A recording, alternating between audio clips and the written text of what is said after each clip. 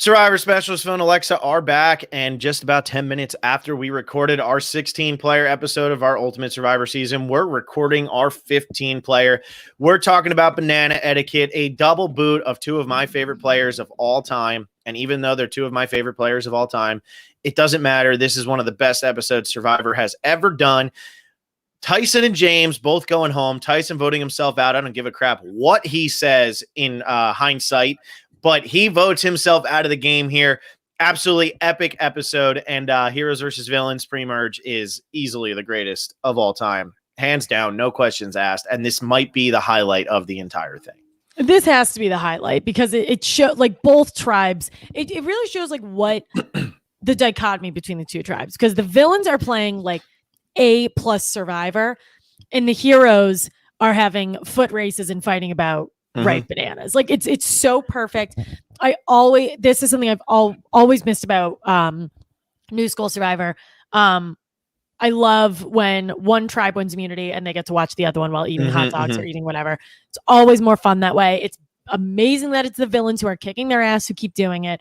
And Tyson, I mean, I don't know what Tyson's like post-game opinion has been on that, but you see like on his face when he's voted out, he's like, I just voted myself out. Like you see it in his eyes. And this is something we talk about this all the time, how like Tyson and Courtney and some of these players who are gigantic characters, they're not shown that much in Heroes versus Villains because there's not enough space. Tyson doesn't even need that many confessionals. He probably spoke 3 times this whole episode and knocks it out of the park. Like when Jeff says like, oh, Tyson and Coach and JT, they ran this and Tyson lost, and all he had to do was just look the other way in embarrassment, and that was amazing. That was all it took. Well, and I love how at the end he's like, yeah, I'm still pretty awesome. Like he never let this get to him. The problem is, it's a good way to be. What I love about this episode, or this is the defining episode of Heroes versus Villains for a couple of reasons. Number one, everybody who says Parvati should have won the season ignores this episode. They just ignore this episode. If Russell doesn't give Parvati his idol, Parvati goes home.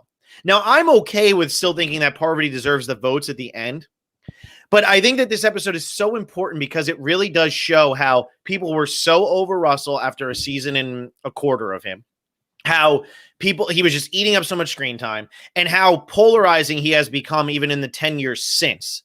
Because Russell's move here to convince Tyson, hey, I got to vote for Parv. You just vote for Parv too. We'll just figure it out. It doesn't matter. And then give the idol to Parv, knowing he was putting himself at risk.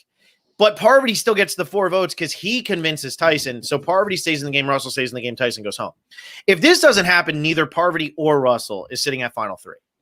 And so to me, like, this is one of the most impactful episodes in Survivor history that kind of gets overlooked for the impact it has on this season overall. Because while people look at the final 3 and they'll be like, well, Russell shouldn't have beaten Sandra, Parvati should have beaten Sandra. At the end of the day, Sandra's the only one who really should have survived to the final 12 anyway.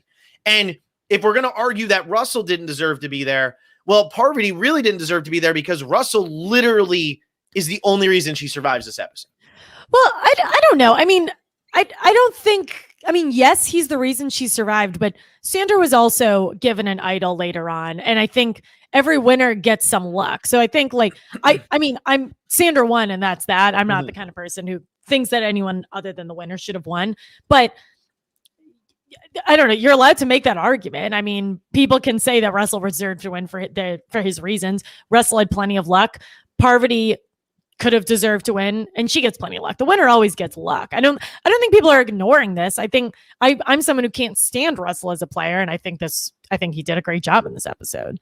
Yeah, and more of what I'm saying is this kind of reminds me of this episode and what goes on with the villains. It always kind of reminds me of when Neil gets medevaced from the game in 32, where like him going is kind of like an excuse kind of moving forward for how the rest of the season plays out. And to me, that's kind of what this is. Like, because after this, Parvati, Russell, and Danielle run the rest of the show until Danielle gets destroyed. But like the 3 of them run the rest of the show. They easily convince Coach and Jerry to vote with them to vote up Austin Rob the next time. Then they get rid of Courtney, no problem, no questions asked. And they just run this until whatever happens between Russell and Danielle happens. So I think it's just worth, it's one of those things where because it happened so early in the season, it's something that maybe isn't seen as impactful as if this happened at Final 7. Or like when War Dog votes off Wentworth. If War Dog goes on to win the game, then people are going to be like, holy crap, that's like the greatest move ever. But there are a lot of phenomenal moves that happen at 17 and 18 and 16 and 15. I guess that's more of the point I'm trying to make here. Yeah, people look for the sexy post-merge. The sexy post-merge. Because when Parvati makes her move, it's at Final 10. And it's like, oh my God, she just played Idol for Jerry. She just played Idol for Sandra. She's looking amazing. She pulled the wool over Russell's eyes. She pulled the wool over everybody's eyes. And it's an incredible move. But just 5 boots earlier, we had a very similar situation, but it happened so early that it's kind of like, I think the pre-merge episodes, we've had a hard time picking these episodes. And I think it's because the pre-merge episodes just do get forgotten for how important they really are to the overall arc of seasons. Yeah.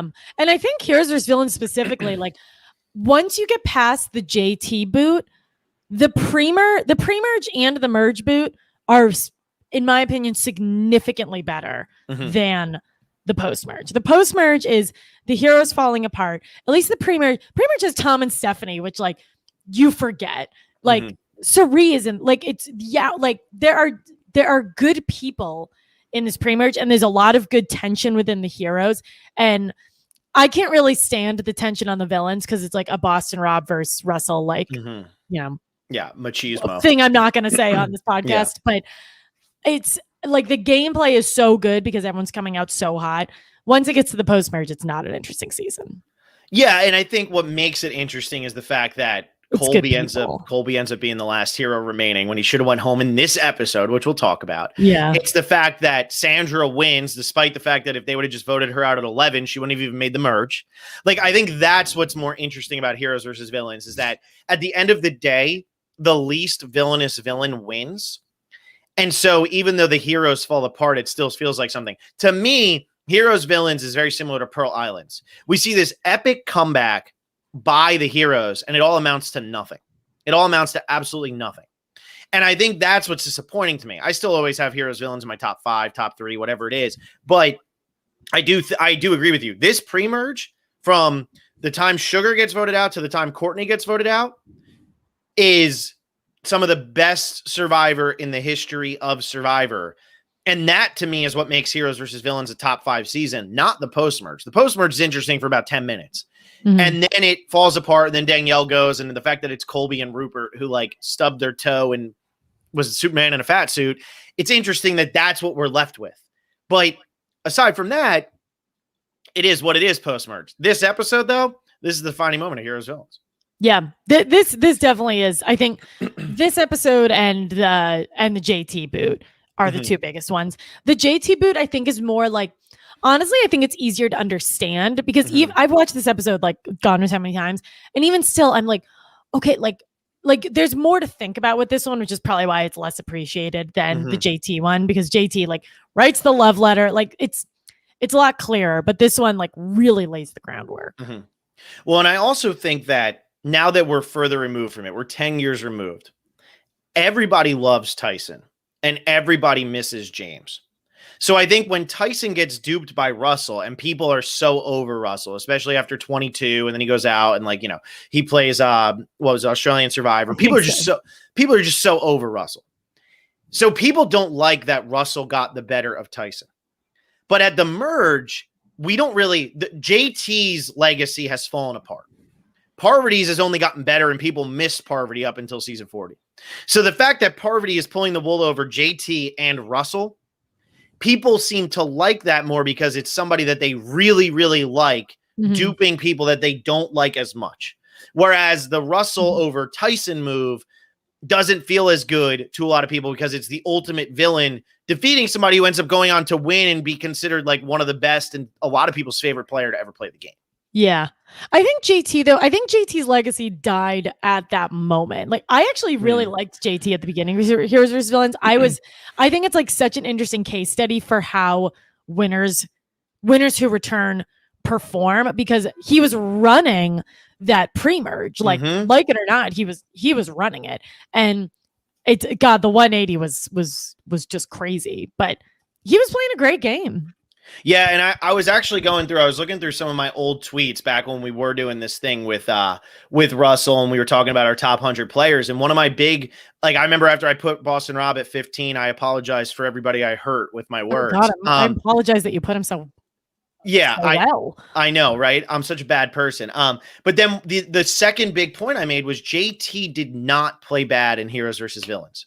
He did not play bad in Heroes versus Villains. He plays a great game and overplays because of having no information on who Russell Hantz really is. And in this episode, I was actually thinking about this. If Candace had beaten Boston Rob, if James didn't have one leg and was able to play and probably would have won this challenge, beaten Candace, and probably gone on and beaten Boston Rob, because that's how good James was at this. Like, he was still competitive and he had one leg. If that happens, the heroes watch the villain tribal council and they never, ever, ever give the idol to Russell. Yeah. That changes everything. But the villains getting to watch the heroes, it's still able to look like it's a men versus women thing, which is ultimately what leads JT and all of them to do what they do.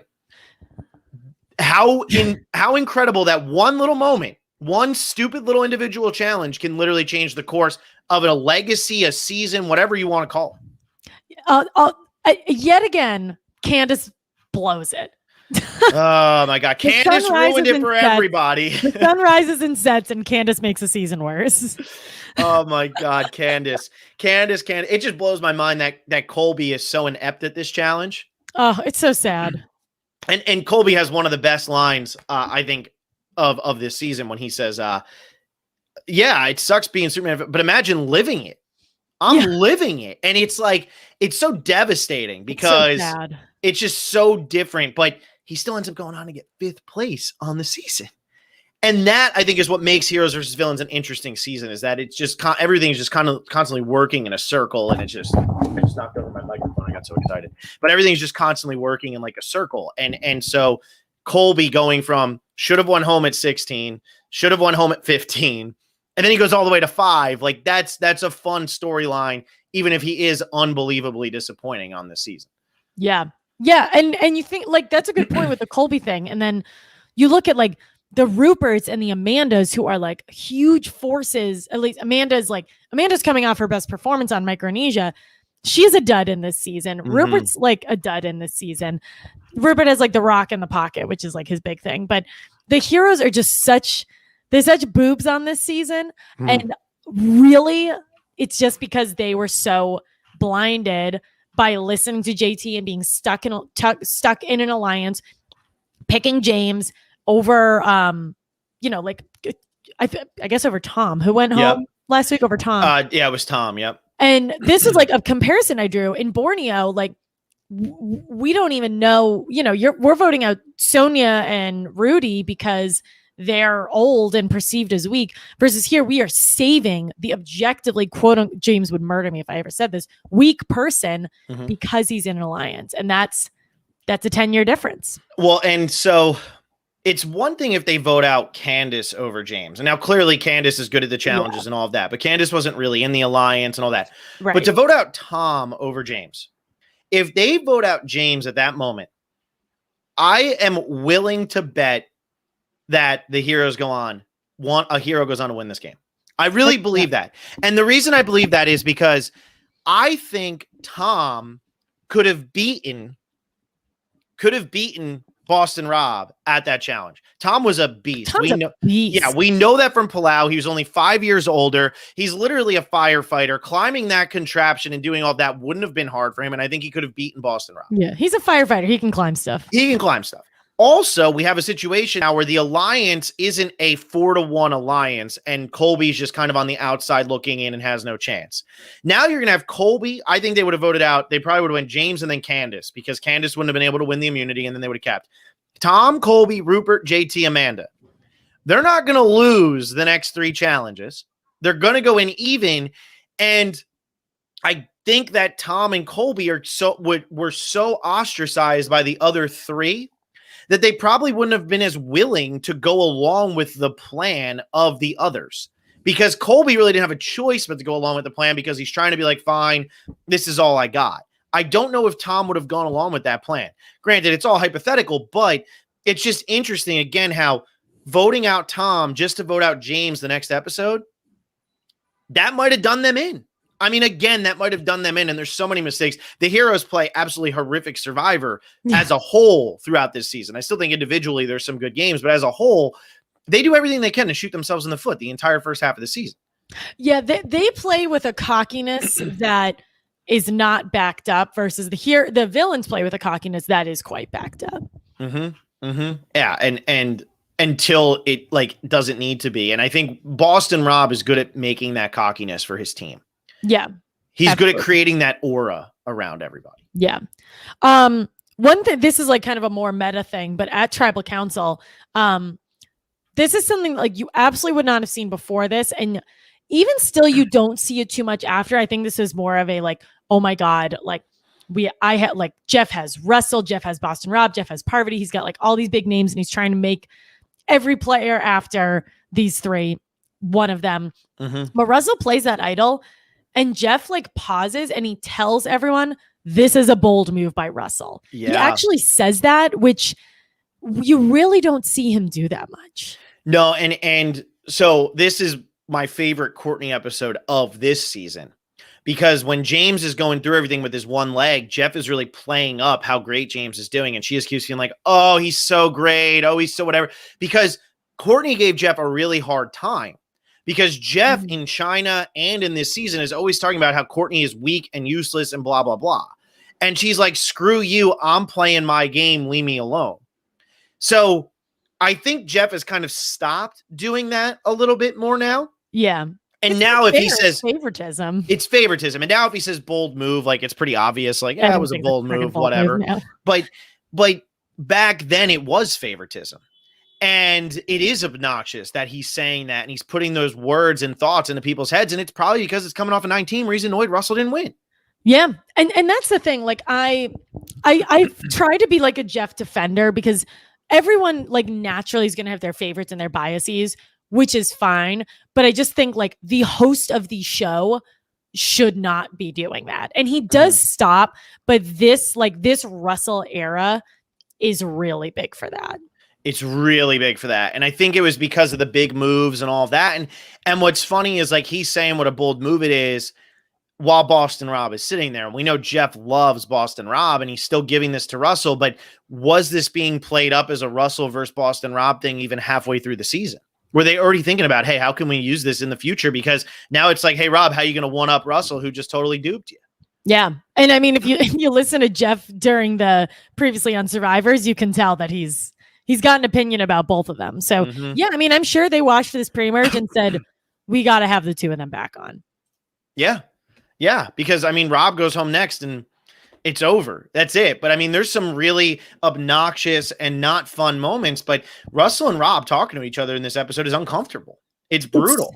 It's so brutal. It's so like, it's such a pissing contest. And I know that's just like not how I am. So I was rolling my eyes the whole time, but I was like, these are just two people with the weirdest egos and they're on the same tribe and I can't watch this. And that's a good way to describe it. It's like weird egos. Like it's like they both want to be the alpha, but they both want to like terrorize everybody too. Like they don't just want it to be like it's not like a Tom Westman ego or like a James ego. It's like a weird ego. I know. I don't even want to say this because I feel like this phrase just like gets everyone to roll their eyes, but like it's very like the toxic like alpha thing, and and you're right. It's like Tom had an ego, but for what it's worth, like Tom's entire tribe like won everything. Yeah, Rob, like the two of them just wanted to be the guy. They wanted to be the guy. I don't think Tom necessarily saw himself that way. He just more naturally was that. Yeah, I think Tom was a more natural leader who seemed like he was the guy without saying, I'm the guy. Right. Whereas Rob and Russell, their whole thing was about, no, I'm the alpha. No, I'm the alpha. No, I'm the alpha. And guess what? Sandra wins. Right. Sandra wins. Because Sandra doesn't give a shit who the alpha is. She's just going to win the game. Exactly. You know? And so in this episode that we get to see like the buddy system and all of that stuff. And when Russell pulls Tyson aside, that's when everything blows up. And Rob's right. If that doesn't happen, the buddy system works. Yeah. And he pulls him aside, and that's what changes everything. It's really impressive how quick. I'm curious, like how quick that was. I assume it was pretty close to how quickly they showed it, because you see them actually walking back, and Rob is also returning to camp. So had that gone on 1 minute longer, Rob would have seen that happen and probably would have made a point to change it. Probably would have made a point, yeah. And obviously, it's the wrong move for Tyson in the long run, and it ends up being bad. But let's talk about this from both. We'll talk about both Tyson's boot and James's boot from this perspective. But from the perspective of this season, heroes versus villains, is it better that Tyson goes home here, or would it have been better if it would have just been an even 3-3? Russell plays his idol for Parvati, and Russell ends up going home. I mean, it depends if you like Russell or not. I mean, I can't stand watching him, so I'd rather watch more Tyson than I would watch him. Wait, but I don't think Tyson's as like enticing of a player. But do we think that if Rob maintains the control, does this just turn into All Stars 2.0? If it's like, okay, great, Russell's gone, villains lose, Parvati's gone, villains lose, Danielle's gone, villains lose, and then it's just pretty much Shapira 2.0 running to the end. I'm going to say yes. And this is not a knock on Courtney and Sandra, but I don't think that's not the game. The game that they play isn't let's overthrow the guy. Like Sandra didn't want Rupert to go home when, like in Pearl Islands, when he went home, he was her alliance, but she just didn't want herself to go home. I don't see the two of them being like, let's overthrow Rob, which therefore means that Rob is the guy. And honestly, I think I'd rather watch Russell run a season than Rob. So maybe that's it. Yeah, because I think about it from Marquesas is different because Rob never has the power. But on his tribe, when he has the power early on, he votes out the people he wants to vote out, and nobody questions him. But he never has the power. In All Stars, it's just the Shapira show, and he just lets it it's boring. Then this season, it was shaping up that way of these are my buddies, this is my alliance, and he was shaping up to be like, is Tyson going to be the big Tom? Is Courtney going to be the Alicia? Like it was shaping up to be that again. And then Redemption Island is exactly what All Stars was. So I just feel like heroes versus villains, if this does go to a normal 3-3-3 split, I think that probably you're going to get a very similar thing to All Stars or what took place in Redemption Island, where Rob is going to have too much power and it's just going to be a control fest and it's going to be uninteresting. And I actually do, even though we were saying that the pre-merge is more interesting than the post-merge, if they go in 5-5 and Rob and Tyson are still there, they know it's not a men versus women thing. They're not giving the idol up to somebody. They're going to keep it on their side and just try to play it right, the heroes, that is. And if they don't get the power, though, is it just Final Five or all villains? I'd rather watch the Danielle Russell episode, as ugly as it is, go down because it does create more drama. And knowing that Russell and Sandra and Parvati and they all have different relationships with other people there, I think does make it compelling, even though it's pretty obvious that the people who are going to go home are the heroes, pretty much every tribal council. Whereas if it's Rob who's still in it, it becomes too obvious, in my opinion. Right. And I cannot stand watching Boston Rob. Like I could not find him to be less interesting. So Russell makes me feel something. And like the Russell and Danielle thing, like that's awful. And that wouldn't happen. But Survivor is ugly sometimes. And I feel like that ugliness like added to the season in a way. It did. Well, because it made them more villainous. Yeah. It made him more villainous. It like kind of made Parvati a bit of the victim in it. It's, Danielle, who like normally you don't have much of an opinion on, like you feel awful for her. The whole situation is a lot. Yeah. Yeah. And it's something, we had no opinion on Danielle or Candace pretty much this whole season. And by the time we hit final 9, we hate both of them. And then by the time you hit final 7, you feel so bad for Danielle because it's ridiculous. But you're still there's still a little bit of hope in the back of your mind, like Rupert and Colby, the OG heroes. Like those are the two biggest heroes in the history of Survivor, in my opinion, just because of when they played and how many viewers and all of that. You had Colby and Rupert as your last two remaining heroes.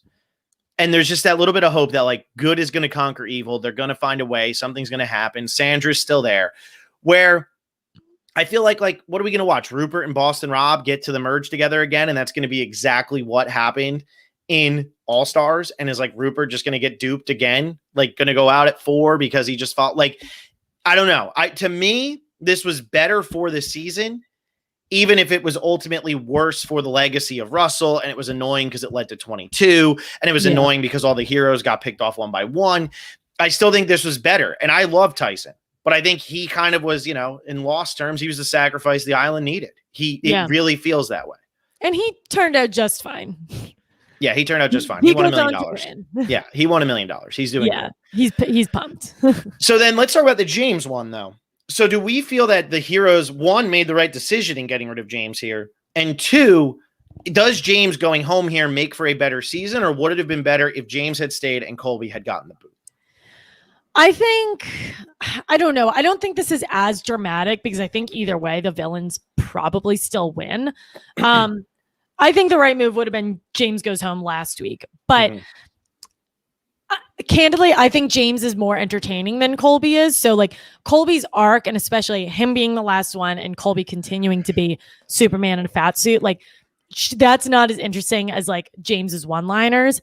But I honestly think that like the longer they kept James, the more destructive that would have been. I think he doesn't get healthier being out there. And I think like his relationship with Amanda, like I think they were so tied to him, just like the way they were so tied to JT. It almost felt not like a blind trust, but it certainly seemed like that at times. I feel like if you get rid of that person, there's a little more wiggle room. Yeah, I almost wonder what would have happened if James had stayed and they still equaled it out. Because if I remember correctly, the next 3 challenges, they probably would have won with James anyway. I don't think there was much with like running or anything like that. I mean, James did have ligament damage. I think he tore his ACL and MCL or whatever. But I don't think that there was much running in the next challenges. So I think they still would have been fine. And if they get it to 5-5, I wonder if James is willing to give the idol up to Russell because he has his own experience with the idols, coming off Eric Reichenbach's experience where he sat there and watched it happen. And now he has this. Would James have fought against it more than somebody like Colby did, considering Colby had never played with idols before? Would James have been like, guys, I have been the king. I was the king of messing up idols. I watched somebody else give up an idol and lose. Just keep the damn thing and see what happens. Don't eat the apple. Would James have fought for that more had they actually got to the final 10 with even numbers? I think he would have fought. He would have told them that was idiotic. It's a matter of whether or not they'd listen to him, because there was somebody else who did tell them it was stupid, but they didn't listen. Maybe it was. I think it might have been Candace. Was it Candace?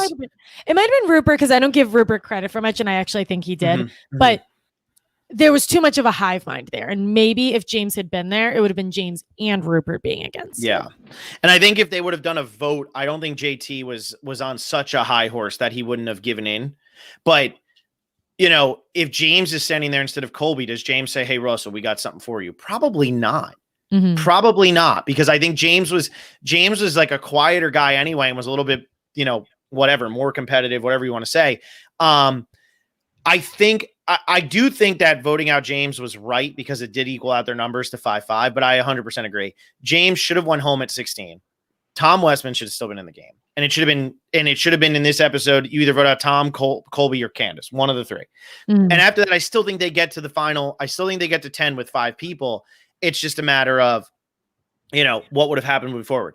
I do agree with you. As much as I love Colby because I grew up with Colby, and as much as I love the fact that Colby is the last remaining hero despite everything, James is so much better TV than Colby is at this point. Yeah. That give me James. Let's let James keep playing the game and let's see what ends up happening, But again, this episode to me, 3 of my favorite players of all time, Colby, James, and Tyson. Tyson and James go. Colby is, on the chopping block. And to me, it's still one of the best episodes. And that's why I always feel like Survivor gets a little too hung up on depends on who goes home. Whether that determines if it's a good episode or not. That's not the case. Right. And I think Heroes vs. Villains benefits from if you lose Tyson and James in one episode, that doesn't necessarily mean that it's going to be a bad season. Yeah. Versus other seasons where You lose Dom or Wendell, and the season's gonna suck. And the season, but I think that's the benefit of a returning season. It's the benefit of a returning season. It's a benefit of the way that the first 20 seasons played out too. Because the first 20 seasons did such a better job of creating characters, whereas the new seasons, it's very it just feels stereotype driven. That's all it feels like to me. Is it's just like, yep, that's the nerdy girl, therefore you're gonna like her if you're a nerd. She's gonna say nerdy stuff. Like that's all it is. Right. And also like their nerdy girl isn't even nerdy anymore. She just wears glasses. Yeah, that's literally like she wears glasses is incredibly attractive. It's like, okay, like that's not exactly what people think of when they think of nerd. Come on, guys. Like yeah. Yeah, I mean, I love this episode. I think this is one of the best standalone episodes in Survivor, to be honest. Yeah, and you know, would it have been better for the show if like Danielle and Candace go home at 15 and 14? Probably. Because nobody was rooting for either of them. But at the same time, like what makes some of these seasons good is when you're getting your heart broken and yet still at the end you feel satisfied. You know, and that's like I'm just finishing up my Vanuatu rewatch. We're on the finale. And as I'm watching that season, I'm heartbroken when Sarge goes and when Rory goes and all that. But then you know that at the end of the day, it's going to be a satisfying ending. And even as you're watching people like Amy and Leanne go home, you know that, okay, Amy gets another shot. Leanne doesn't, but Amy gets another shot. And Julie gets her shot, you know, because she dates Jeff and like all that stuff. So like, it's so satisfying even as you're watching unsatisfying moments. Yeah. And that Africa is for me. That's how Vanuatu is. And that's how Heroes versus Villains is for me, because I love that Sandra beats Parvati and Russell at the end. I honestly think she should have won. I think she deserved to beat both of them. I don't think that there's one person who played a good game. I think Parvati and Russell both made an incredible amount of mistakes in Heroes versus Villains. But it's still satisfying. And I think that that's what makes a great Survivor season. Something like Ghost Island, it's devastating. And while the very, very end is satisfying, there's nothing satisfying in between. It's 2 months of unsatisfaction. Yeah, there's nothing satisfying in between Brendan going home and the end. So you can't do that. There's got to be a balance. And I think Heroes versus Villains does a very good job of having that balance. Yeah. And I think the best returning season out there. I think by far leaps and bounds ahead of Winners at War. By far, not even close. I think Winners at War will not age well once we start getting more seasons into our book. Yeah. I don't think Winners at War was epic. It came at a time when, you know, the season was ending while people were, you know, going through COVID and everything. So it was kind of like a home food. It was a comfort food. I think for sure by the end of this, it's too much strategy. It's going to be right in the middle. Just too much. Yeah. Yeah. I'm curious when I get back to it after watching all the seasons, but I definitely have a better feeling. Definitely have a better feeling through the first 10 seasons watching those than I do watching season 40. I just do. Yeah, absolutely. Yeah. All right, my throat hurts. We're making a bit of a we are going deep into new school on June 21st. So we're going to take like this following week off, but we'll be back on Monday, June 21st. We started on season 1. Did season 20 today, and now you're going to season 33, Survivor Millennials versus Gen X. We were between this and Guatemala, and then once we actually looked at the episodes, this was kind of no question. Our episode 14 is going to be I Will Destroy You, which is the Michaela Bradshaw boot of Survivor Millennials versus Gen X. This is going to be a really fun one. This will be a fun one. And we had talked about, we didn't want to do too many newer episodes, but Alexa and I have actually never talked about this episode together on the channel because it was me and Will who were doing this, and Alexa came in for 34. So Will and I sat down and talked about this. So Alexa and I are going to be able to break down the impact this has had on the game. And if you were a patron, I did the top 50 Survivor Tribal Council exits in the history of the show, and Michaela was an easy number 1 because there's really nobody who even comes close to her. So this will be a fun one to talk about right before the merge of Millennials versus Gen X. Great episode and one of the best blindsides in the history of the show, maybe the best blindside. Such a good episode, and you guys know how much trash we talk about the 30s, but this is a really good one. As you can see below, make sure to become a patron at patreon.com/Survivor Specialists. We have been doing daily content for a really long time. We will continue until the start of season 41, but right now it is extra spicy because we are talking about the cast of season 41, or excuse me, the rumored cast about season 41. The tribes have just been divided. Phil and I are giving our takes in perfect Phil and Alexa fashion. Mine are about 2 minutes and Phil's are about 6 minutes. But you're getting both. And we're gonna find a way to incorporate this into once the cast is more formally announced, and then once this cast actually starts playing. So we're super excited. Now is the best time to become a patron. You guys know where to follow us on our social media. Phil, have I missed anything? No, I just wanted to say, with you saying in pure Phil and Alexa fashion, in case you guys didn't know, I like to hear myself talk.